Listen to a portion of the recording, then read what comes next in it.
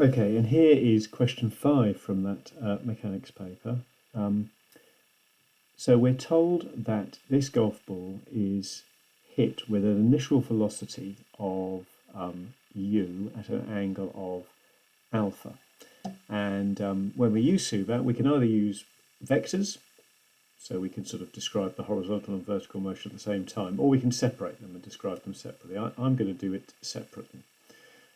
So this velocity of u, its horizontal component is u times cos alpha. And normally the vertical component I would say is u times the cos of this angle, which I always like to use cos, but I don't know this angle, so I have to do sine alpha. So that's my picture. Now we're told that this object takes 120 meters to touch the ground again. And you may remember from doing these sorts of problems before that we can sort of model this by saying when does s equal 0? When does the vertical displacement equal 0? We know it equals 0 at time 0, but when does this next happen? Now, there's no 120 in this because 120 is a horizontal distance, but I need to work out the time it takes to make this journey. So here's my Suvat. I want to work out time.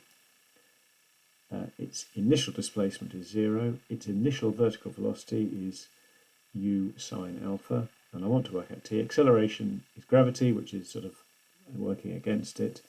So I used s equals ut plus a half at squared. I get a rather horrible looking expression which I can factorise. And as with any factorised expression, we can say this will be 0 when either that is 0, or we already knew it started with a displacement 0 at time 0. But then when does that bracket equal 0? Well, there's a little bit of algebra involved. It's at that time there. Okay, so we've worked out the time, although there's still plenty, sorry, and I've just realised that's an x, it should be an alpha. There's still plenty going on there that we don't know, but there we go. So I'm now going to think horizontally. Okay, so I'm going to think horizontally, and I'm going to ask how long, sorry, no, we know how long. We're going to say, right, it has travelled 120 metres by this time. So I'm going to use that time there. Horizontally, there's no acceleration because we're ignoring any sort of resistance. And its initial velocity, its horizontal velocity, was u cos alpha. And this is a show that question, isn't it, in part A? We've got to show this funny expression involving u squared, sine alpha and cos alpha. So if I use s equals ut plus a half at squared again, and I replace, and that's nice and easy because a is 0, so that bit disappears. So we just get s equals ut, and t is that. And I'm pretty much there because I've got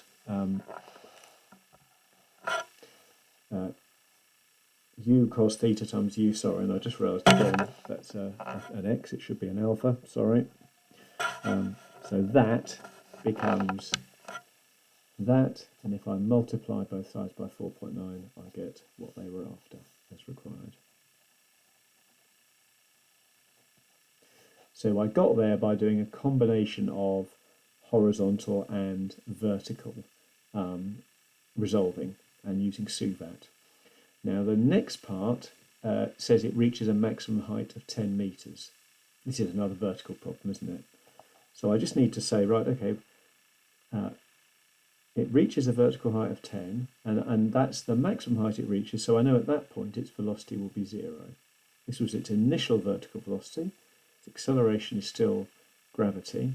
T isn't involved in this expression at all. And I'm not trying to work out t, I'm trying to show that u squared is equal to 1960. So I've got v squared equals u squared plus 2as, which gives me this expression here. Now it gets a bit weird at this point, and I realise this is a little bit tricky, but I can't help noticing that I've got an expression for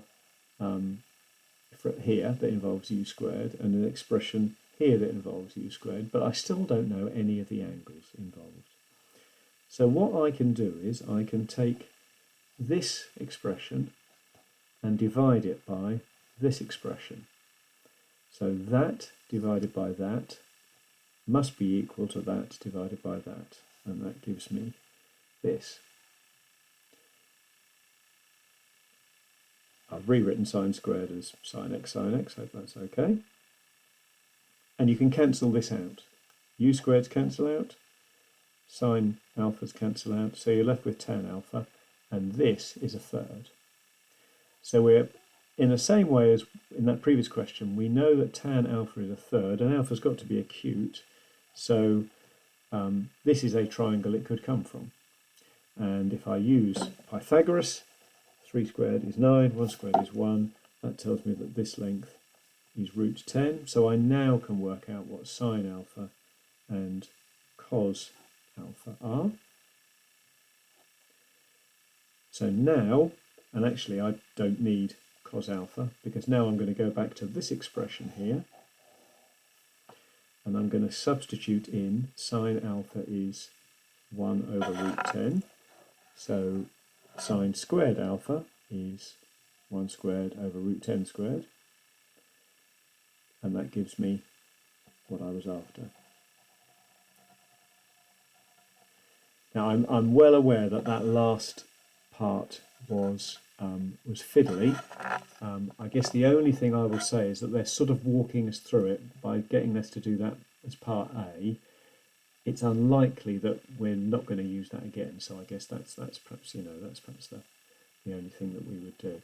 Part C, in order for it to have the same journey with air resistance, you need to fire it at a greater velocity. So that's why V will be greater than U, and you can see in the mark scheme all the different things for part D that would make the model more realistic. Yeah. Question 5, tricky question. We'll do some more projectile stuff in class, I think, having gone through that one. But yeah, hopefully that's helpful.